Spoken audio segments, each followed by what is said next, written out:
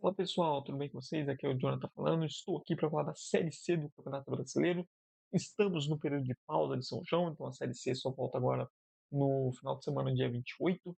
E também, logo após a final da nona rodada, que marca também a metade da primeira fase, bora dar uma passada sobre como está a situação da Cezinha. Então eu já peço de antemão para você, deixe seu like no vídeo, se inscreva no canal se ainda não é inscrito e dê aquela força divulgando esses e demais vídeos para ajudar quem está começando.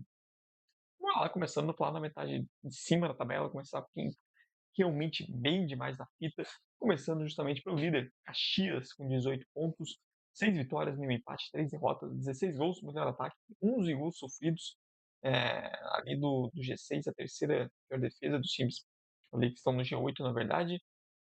É uma equipe que, assim, seus jogos são sempre certeza de entretenimento, é um Caxias forte em casa, um Caxias já tinha feito um bom gauchão e conseguiu manter isso, vai fazendo um bom início de Série C. Essa parte defensiva é algo que pode ser melhorado, porque ainda mais pensando na segunda fase, quando você tem um ataque poderoso e uma defesa que sofre gols, é mais provável que seu ataque não funcione do que sua defesa seja segura. Então acho que essa é a única questão que falta melhorar no Caxias, a parte defensiva, sofrer menos gols, porque 11 gols é bastante. Você, por exemplo, na parte de baixo da tabela, você tem a maioria dos times sofrendo menos que isso do décimo para baixo.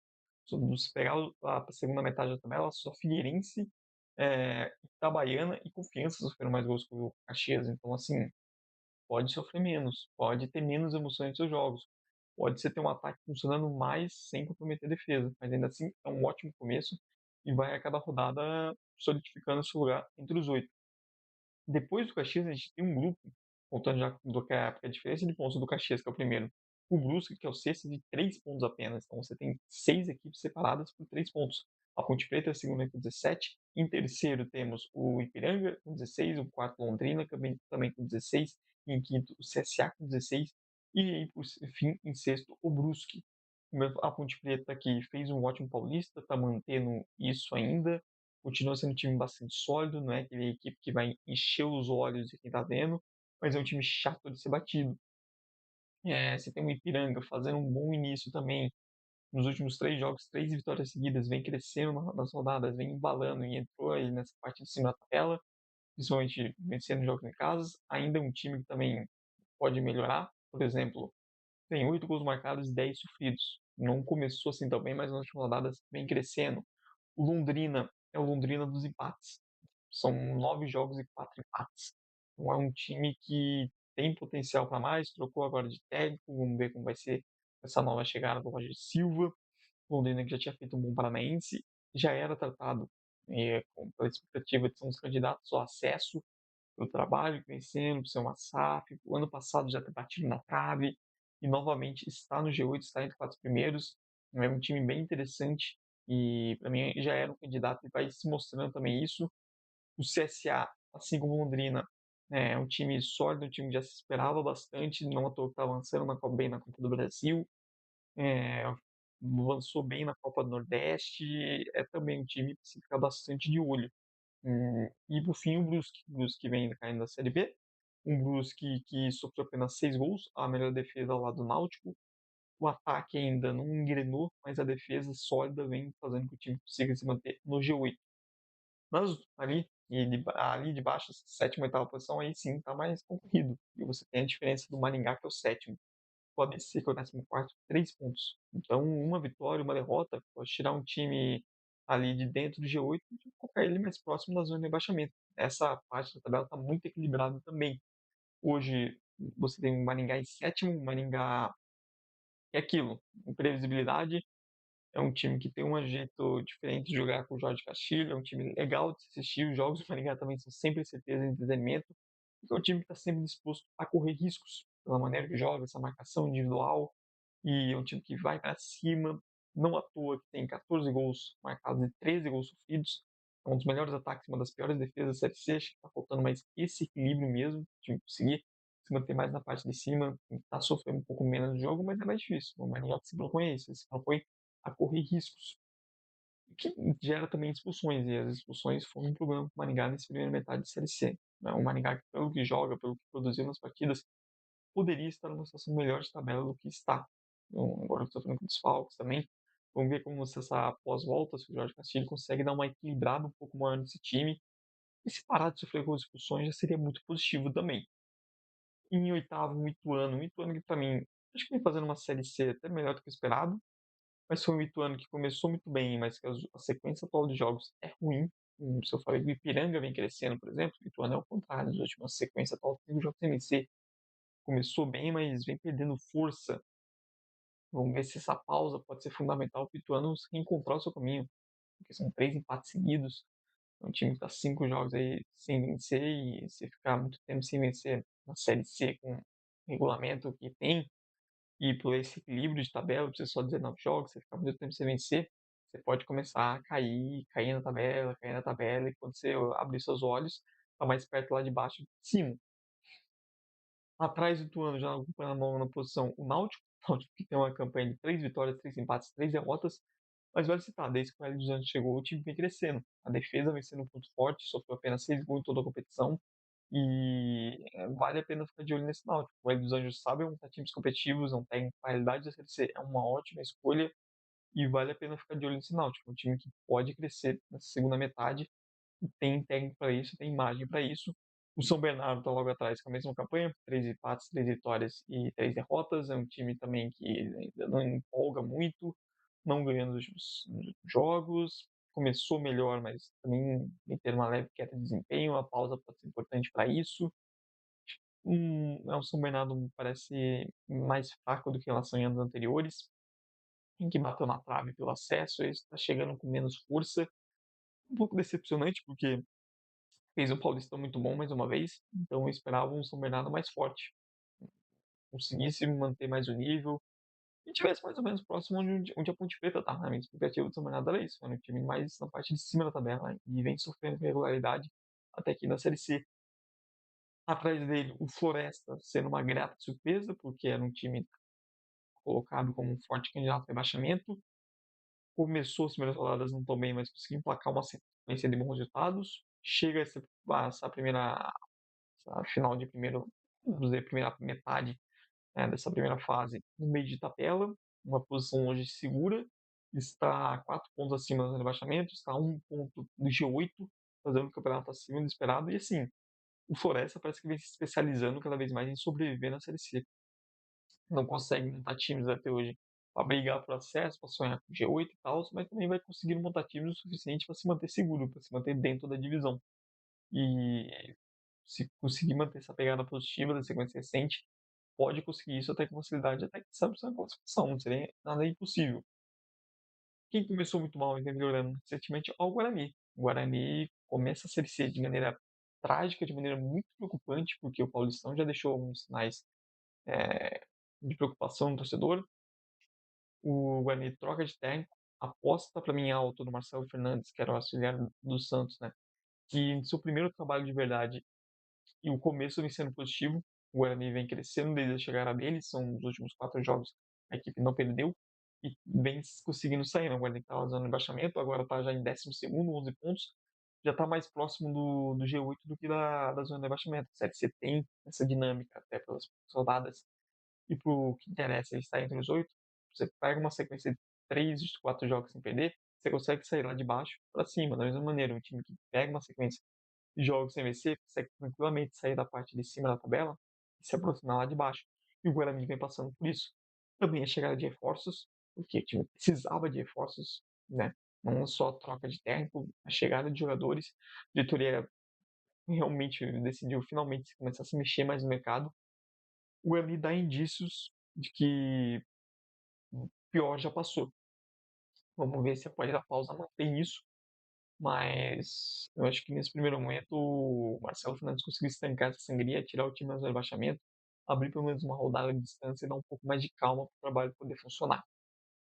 Atrás dele está a Tombense, que é a Tombense dos empates, que são 9 jogos, a equipe empatou 5 vezes, mais da metade, 8 gols marcados, 8 gols sofridos. É um time que não engrena, um time chato de ser derrotado, mas também tem dificuldades de ganhar.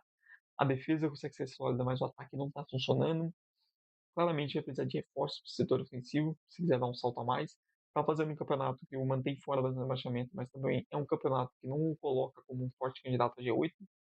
aquilo, né, é um time realmente de meio de tabela, é uma campanha de meio de tabela total. Quando se perguntar o que é uma campanha de meio de tabela na Série C, apresente a campanha da Tombense, porque é a definição exata. Não sofre, também não passa emoção, e é isso. Em 14º temos o ABC, porque se a Tombense empatar muito com o ABC faz é sacanagem. 7 empates em 9 jogos. Eu acho que eu nunca vi algo do tipo em nenhuma divisão que eu me lembre assim. Se você souber de algum exemplo disso, pode deixar nos comentários, que é impressionante. Impressionante mesmo. 7 empates em 9 jogos. Eu acho que nem se combinar dá para acontecer isso. E essa quantidade enorme de empates vai prejudicando muito a ABC, porque o time está só a 2 pontos da zona de rebaixamento. Acho que o saldo da ideia inicial é muito mais negativa. É uma equipe que consegue competir nos jogos, mas tem uma dificuldade enorme de ganhar partidas. E isso está fazendo que o time hoje seja um candidato contra o rebaixamento. E não um time que consiga brigar mais em cima. E vai precisar é isso, né? Porque, cara, empatar 7 vezes de 9 é um negócio inacreditável. E se continuar nesse ritmo, vai realmente brigar contra o rebaixamento. Indo para a turma mais desesperada, a turma que ainda não chegou aos 2 dígitos de pontuação, e a gente tem uma diferença, por exemplo, 15º que o Botafogo para o Lanterna Nápoles apenas de 2 pontos. A gente tem o Botafogo da Paraíba sendo uma decepção, se esperava mais, mas o time não começa bem. Dividiu ali atenções da Copa do Brasil, mas a Copa do Brasil já passou e o time continua mal. É uma equipe que precisa dar uma arrancada, precisa reagir. Se esperava mais o Botafogo, apesar das batidas na trave, um time que sempre em Série C consegue ser competitivo nos últimos anos, esse ano não vem isso. Vem mal e, querendo ou não, o peso dos quases parece que está pesando ainda mais esse ano. E sequência de resultados ruins, mais esse peso do fracasso, mais essa pressão de finalmente conseguir o acesso, está afetando bastante a equipe paraibana. A gente tem, por exemplo, o Figueirense ali na primeira posição fora do zona de rebaixamento. O Figueirense, que assim, o ataque está funcionando bem, no geral, porque se você pegar do 10º para baixo, o Figueirense é o único time deles que fez mais de 10 gols. O ataque não é o problema. O problema é a defesa, que sofreu 12, é uma das piores da competição. E claramente vai precisar de reforços. O que tem não está sendo suficiente. O Figueirense não conseguiu dar um salto para dar uma sequência de resultados positivos que o Guarani fez para conseguir abrir um pouco da zona de rebaixamento e ter mais tranquilidade. O Figueira ainda não conseguiu isso. E para fazer isso vai ser preciso trazer mais qualidade. Entrando na zona de rebaixamento, temos o Retrô com 8 pontos e a turma com 7, Itabaiana, Confiança e Anápolis. O Retrô é uma das grandes decepções para mim, junto com o Botafogo, por toda a promessa que tinha de investimento, por toda a promessa que quando saísse da Série D ia conseguir dar um salto e tudo mais. Mas a temporada, no geral, tirando os mata-matas, é decepcionante. A primeira fase do Pernambucano já foi abaixo, eu esperava, e até que a Série C é uma decepção grande. Pior ataque da competição com 4 gols. Uma decepção gigantesca. Eu esperava bem mais time para conseguir ser mais competitivo, por toda a expectativa, por toda a promessa até gerada por eles mesmos, seus dirigentes. Mesmo com o resultado vice no Pernambucano, quase foi campeão, assim, uma campanha bem decepcionante. Claramente, se não se forçar, vai brigar contra o rebaixamento e vai brigar bastante. Porque é difícil ganhar jogos quando seu ataque não fere ninguém. 4 gols em 9 jogos é muito pouco. Precisa se reforçar esse setor ofensivo para não sofrer tanto assim na segunda metade. E a turma com 7 pontos tem os dois sergipanos. Já se esperava que eles brigassem mais na parte de baixo da tabela, Itabaiana e Confiança. Só que assim, quando você já tem um orçamento abaixo de vários times da divisão, você já tem a predisposição para lutar mais embaixo, o mínimo que você espera é que consiga ter uma defesa mais segura, que sua defesa, sabe, consiga competir do ponto de vista defensivo. O que ambos não fazem. O Maringá também sofreu 13 gols igual o Itabaiana. Mas sim, duas das 3 piores defesas do campeonato são os dois. O Itabaiana que sofreu 13 junto com o Maringá e o Confiança que sofreu 15. Então é muito difícil que esses times consigam se manter na Série C, que eles não sejam rebaixados, se não melhorar a defesa. Se a defesa pararem de sofrer tanto gols. Porque o fator casa, que poderia ser um diferencial positivo, sai ser, porque o sistema defensivo dos dois não está segurando. Não está dando não tá dando nenhuma segurança para os times conseguirem competir, conseguirem pontuar. Se não se reforçarem, se não estancarem essa sangria da defesa, jeito, vão mesmo. E por fim, o Anápolis, que dobrou a aposta da ABC. O ABC tem 7 empates em 9 jogos, mas pelo menos tem uma vitória. O Anápolis tem 7 empates em 9 jogos e nenhuma vitória. Impressionante, né? Eu não lembro de nenhum exemplo de um time assim, com esse aproveitamento de empates tão alto, ainda vai ter 2 no campeonato com 7 empates em 9 jogos, é um negócio raríssimo.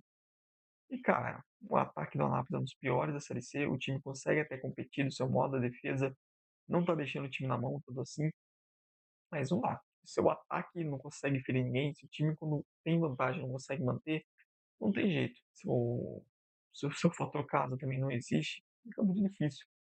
O torcedor do Anápolis tinha boas expectativas, o time sobe, quase ganha o Campeonato Goiano depois de tanto tempo, e tinha uma expectativa de fazer uma boa Série C, uma Série C segura, quem sabe brigar ali pro G8, mas, cara, uma bela de uma decepção.